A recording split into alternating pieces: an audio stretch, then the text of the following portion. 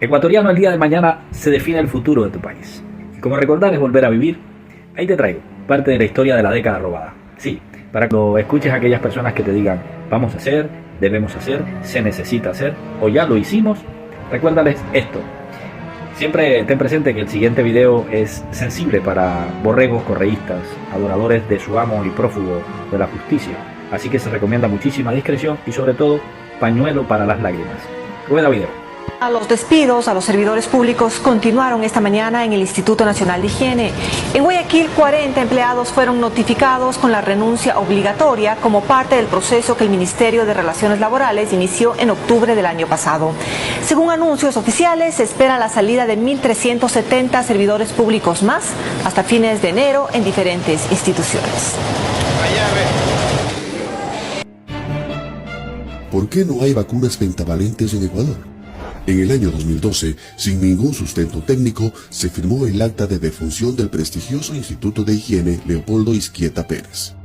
En el INH se producían las vacunas contra difteria, tétanos, tuberculosis, antiofídico y pentavalentes. Su alto nivel científico es reconocido en el Museo de la Ciencia en Japón, en donde está la foto del Dr. Ernesto Gutiérrez, exdirector del INH.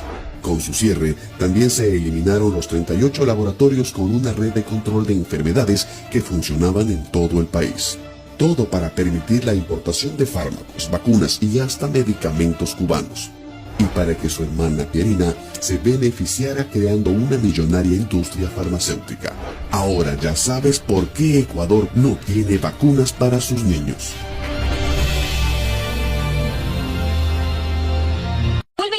De septiembre de 1941, que por decreto ejecutivo se creó el Instituto Nacional de Higiene Leopoldo Izquieta Pérez. El nombre se eligió en honor a su fundador y principal impulsador. El Izquieta Pérez no solo fue un laboratorio de análisis y control de medicinas, se convirtió en un centro de investigación al servicio de la salud pública del país y el mundo. Luigi Martínez, ex médico del instituto, recuerda aquellos años y logros. El Instituto de Higiene tenía la vigilancia epidemiológica, teníamos una red de laboratorios en todo el Ecuador, 38 laboratorios, que dábamos la voz de alerta, qué estaba ocurriendo en tal sector, y las autoridades tomaban las decisiones que se tenían que tomar. Luisa Racín recalcó que Ecuador fue capaz incluso de crear vacunas. De difteria, tétano, tosferina, sarampión, rabia, que llegamos incluso a exportar nosotros las vacunas. Pero fue el 30 de septiembre de 2012 que el entonces presidente Rafael Correa, por decreto presidencial, estableció la división del instituto en dos centros, el INSPI y el ARCSA, poniendo fin así a 70 años de historia y logros. La ministra de Salud de la época, Karina Vance, aseguraba que esta separación iba a aumentar la producción científica nacional, mejorar el control de los fármacos que se administran en el país, entre otras ventajas.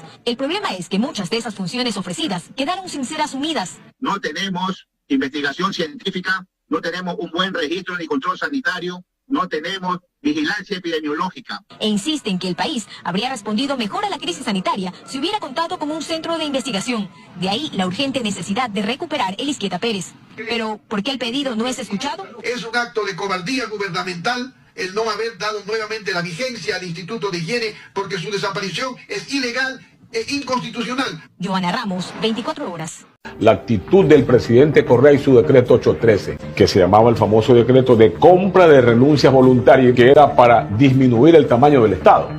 Pero ocurre que en todos esos cargos llegaron, en el caso nuestro, de los médicos especialistas, médicos venezolanos, médicos cubanos, muchos no especialistas, a ocupar los cargos de los médicos que votó de manera perversa el gobierno de Rafael Correa. Nunca nos dijeron por qué nos habían sacado. Nunca nos dieron el derecho a la defensa natural que tiene todo ser humano.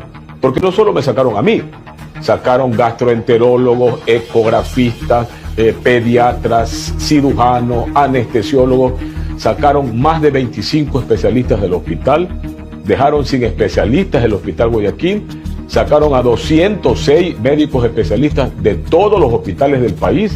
Imagínense un gobierno que se autocalificó de gobierno del pueblo, tratando de esta manera a ecuatorianos de manera tan indigna y perversa. Pisotearon absolutamente mi dignidad como profesional y mi dignidad como ser humano. Imagínense un gobierno que se autocalificó de gobierno del pueblo, tratando de esta manera a ecuatorianos de manera tan indigna y perversa. Es decir, Correa privatizó la atención de los especialistas en los hospitales.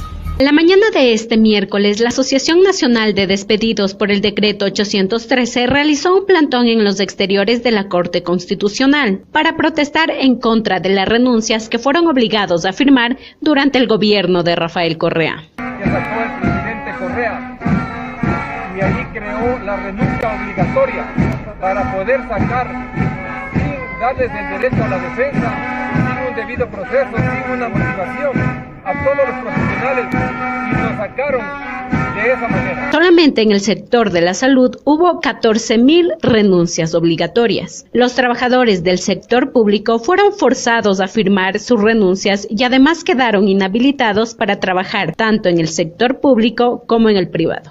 Uno de ellos fue Milton Gijón, quien asegura que un policía del GIR lo apuntaba con su arma para que, bajo presión, firmara su renuncia. Gonzalo Granja, presidente de la asociación, asegura haber puesto una demanda en la Corte Constitucional en contra del decreto 813, puesto que el mismo es inconstitucional y ha vulnerado el derecho al trabajo y a la vida digna de los afectados. Se murió un compañero más, porque hay varios compañeros. No recuerdo en este momento el nombre, pero es de Loja el compañero. Y él antes de su muerte grabó un video y le pidió al presidente de la República actual, Lenín Moreno, que anule ese decreto. Sin embargo, las denuncias no han sido escuchadas. Prohibido olvidar.